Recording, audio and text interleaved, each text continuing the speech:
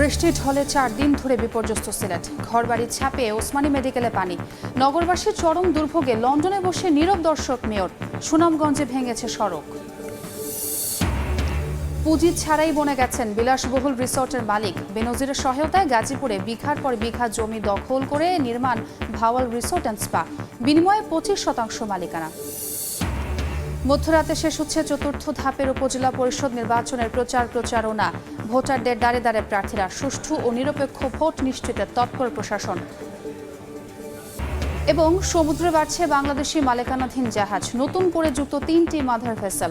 সংখ্যা বেড়ে 101। নানা জটিলতায় বাড়ছে না কন্টেইনার পরিবহন।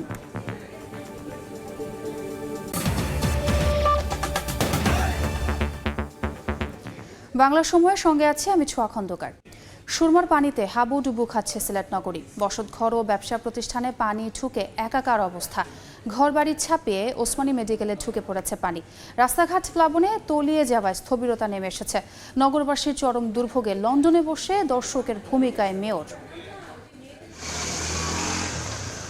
থই থই পানি সিলেট নগরীতে।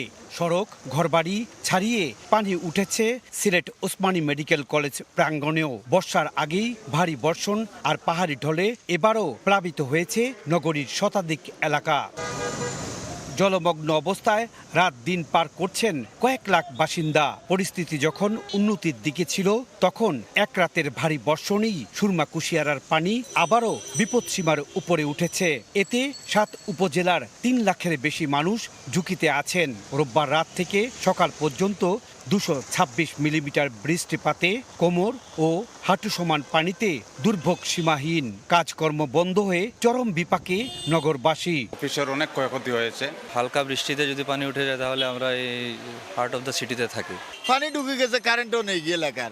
শহর নগরীর নির্মাঞ্চল তলিয়ে ঘরবাড়ি এলজেইডি ওসমানী মেডিকেল কলেজে পানি ঢুকে যখন দুর্দশা চরমে, তখন লন্ডনে বসে নীরব দর্শক মেয়র। জনপ্রতিনিধিদের দুর্গত মানুষের পাশে না পেয়ে ক্ষোভ ছাড়েন অনেকে।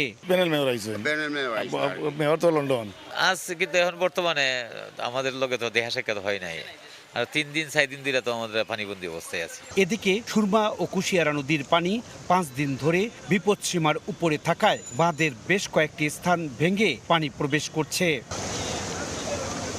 এদিকে সুনামগঞ্জেও নদ নদীর পানি হু হু করে বেড়ে চলেছে। পাহাড়ে ঢলে দোয়ারা বাজারের ট্যাংরা টিলায় সংযোগ সড়ক দেবে বাংলা বাজার সুরমা ও বগলা ইউনিয়নের সঙ্গে সড়ক যোগাযোগ বিচ্ছিন্ন হয়ে পড়েছে।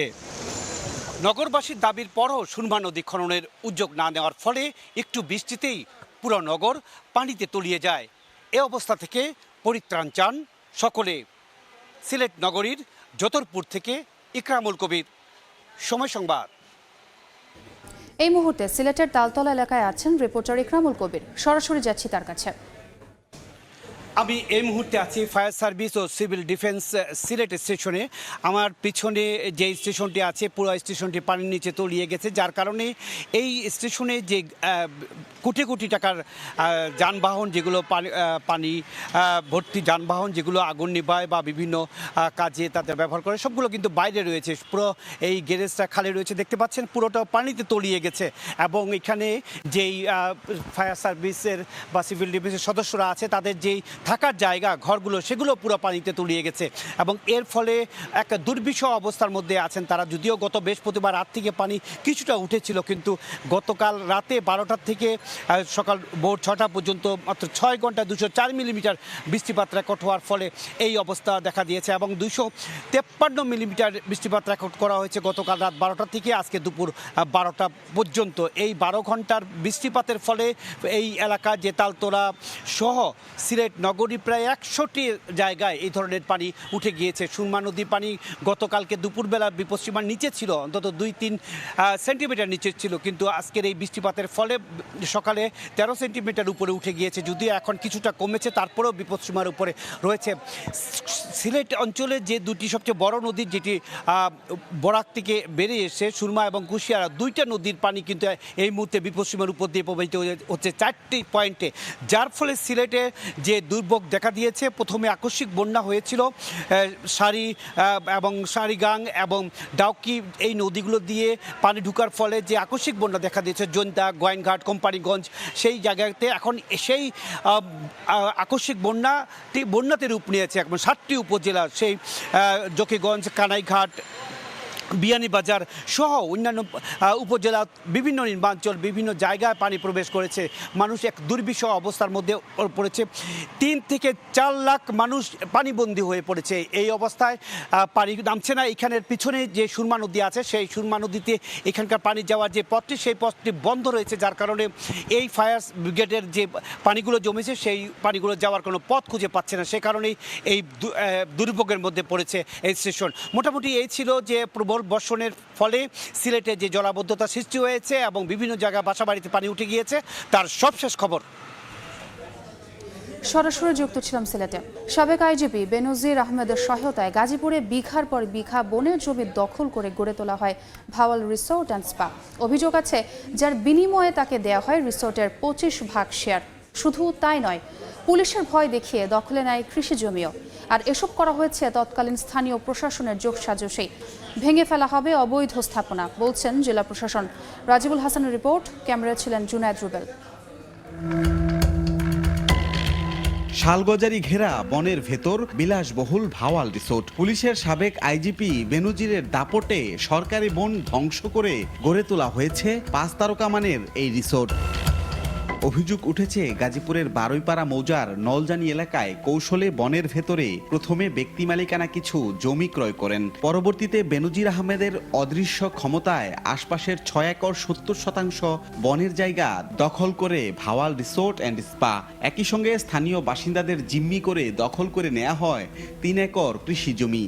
জনশ্রুতি রয়েছে বিলাসবহুল রিসোর্টটির দখল বাণিজ্যে মাথা হিসেবে থেকেই 25% শেয়ার পেয়েছিলেন বেনজির। প্রথম বলছে যে 20 লাখ টাকা বিঘা দিব, কিন্তু 20 লাখ টাকা বিঘা তো দেয় না। ওই আর পুলিশের ভয় দেখাচ্ছে জমির কথা কইলে এই হচ্ছে বেনজির আছে, পুলিশের ডিজি যে বেনজির হ্যাগোর সামনে মানুষের কথাই বলে না বয়ে। যারা বন জঙ্গল কাইটা খাইতেছে, যারা বড় বড় রিসোর্ট করতেছে, তাগরন্তে টেয়া পয়সা নিয়া তারা কত সুন্দর বালা। এতদিনেও দখলদারদের বিরুদ্ধে কেন ব্যবস্থা নিতে পারেনি কেউ, নাকি দায়িত্ব এড়িয়ে গেছেন সবাই? এর উত্তর জানতে প্রথমেই ভাওয়াল রেঞ্জ কর্মকর্তার কার্যালয়ে সময় সংবাদ। তবে ভাওয়াল রিসোর্ট নিয়ে কথা বলতে যেন অদৃশ্য এক ভয়ের ছায়া। বন্যপ্রাণী ডিভিশনে 7টা আর ওখানে প্রায় 20টার উপরে আমরা উচ্ছেদ করার পরে 2টা ডিএফও একসাথে বদলে হয়েছে।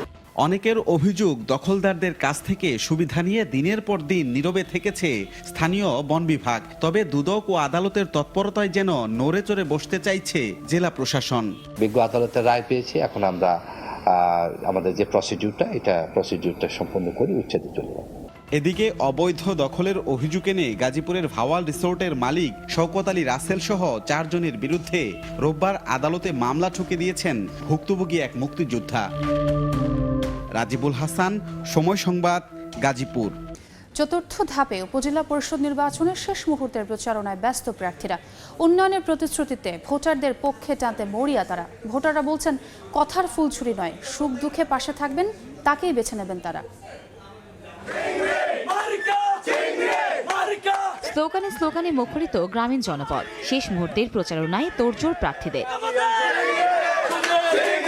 আর মাত্র একদিন পর চতুর্থ ধাপের উপজেলা পরিষদ নির্বাচনের ভোট। প্রচারণার শেষ দিনে প্রার্থীরা নেমেছেন মাঠে।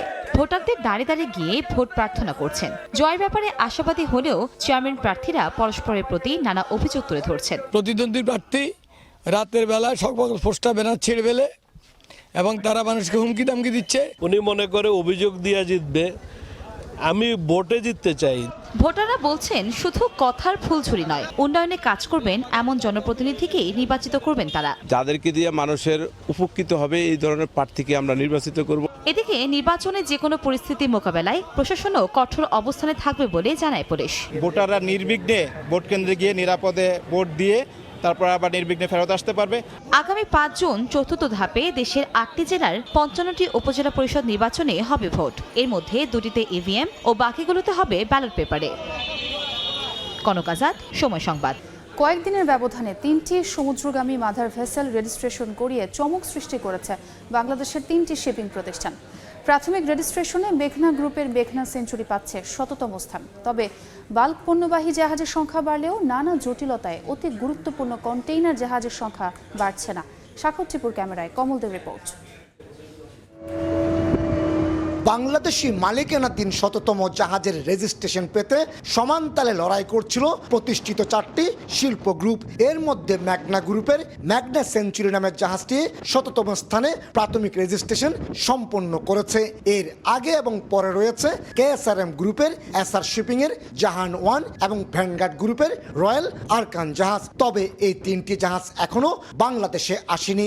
এক্ষেত্রে যে জাহাজটি প্রথমেই বাংলাদেশে প্রবেশ করে ভ্যাট ট্যাক্স প্রদান সহ প্রয়োজনীয় প্রক্রিয়া সম্পন্ন করবে সেটি স্থায়ী স্থান লাভ করবে। প্রভিশনাল রেজিস্ট্রেশন দিয়ে আমাদের ইতিমধ্যে 100 জাহাজ পূর্ণ হয়েছে।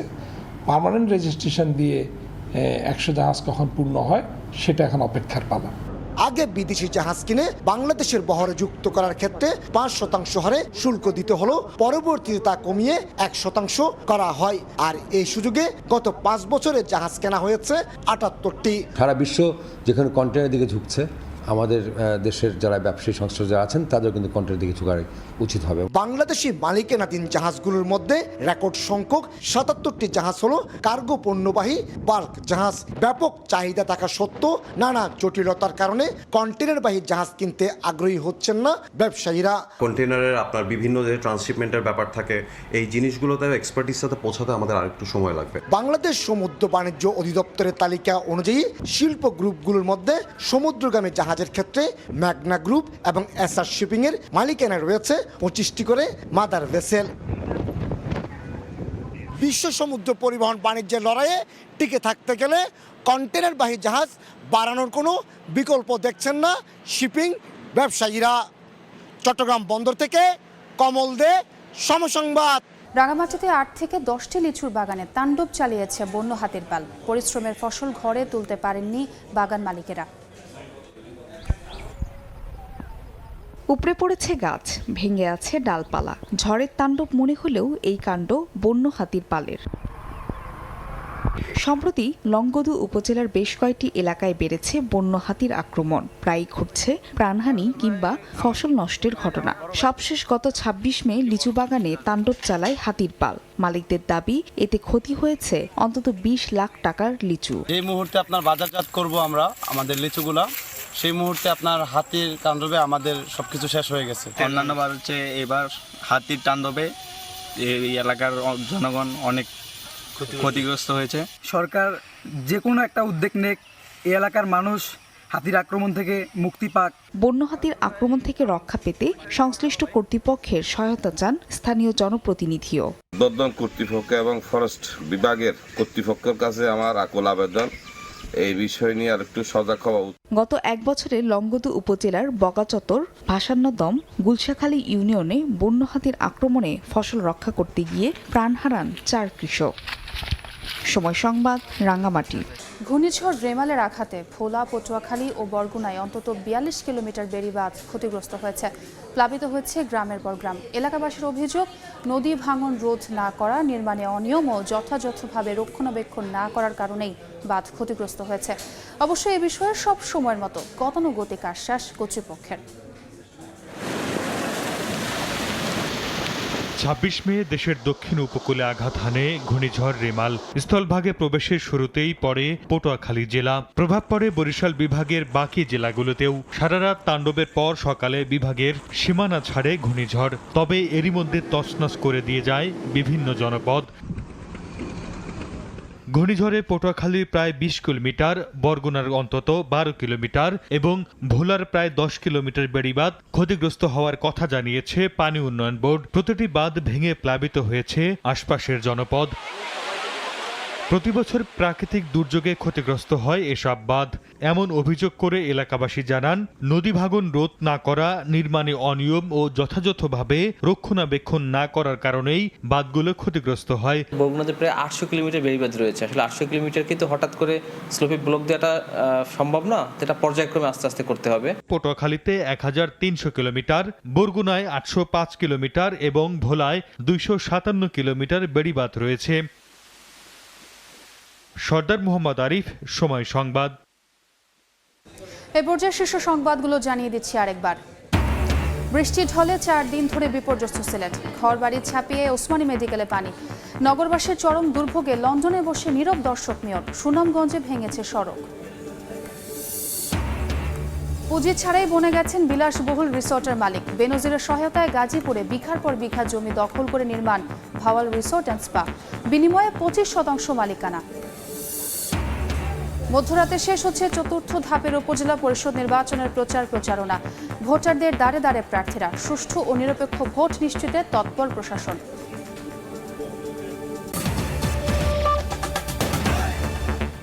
এই ছিল বাংলার সময়ে। এরপর সন্ধ্যার সময় নিয়ে সঙ্গে থাকবেন ওমর ইনান। ধন্যবাদ। সন্ধ্যার সময় নিয়ে ফিরছি কিছুক্ষণ পর, সঙ্গে থাকুন সময়ের।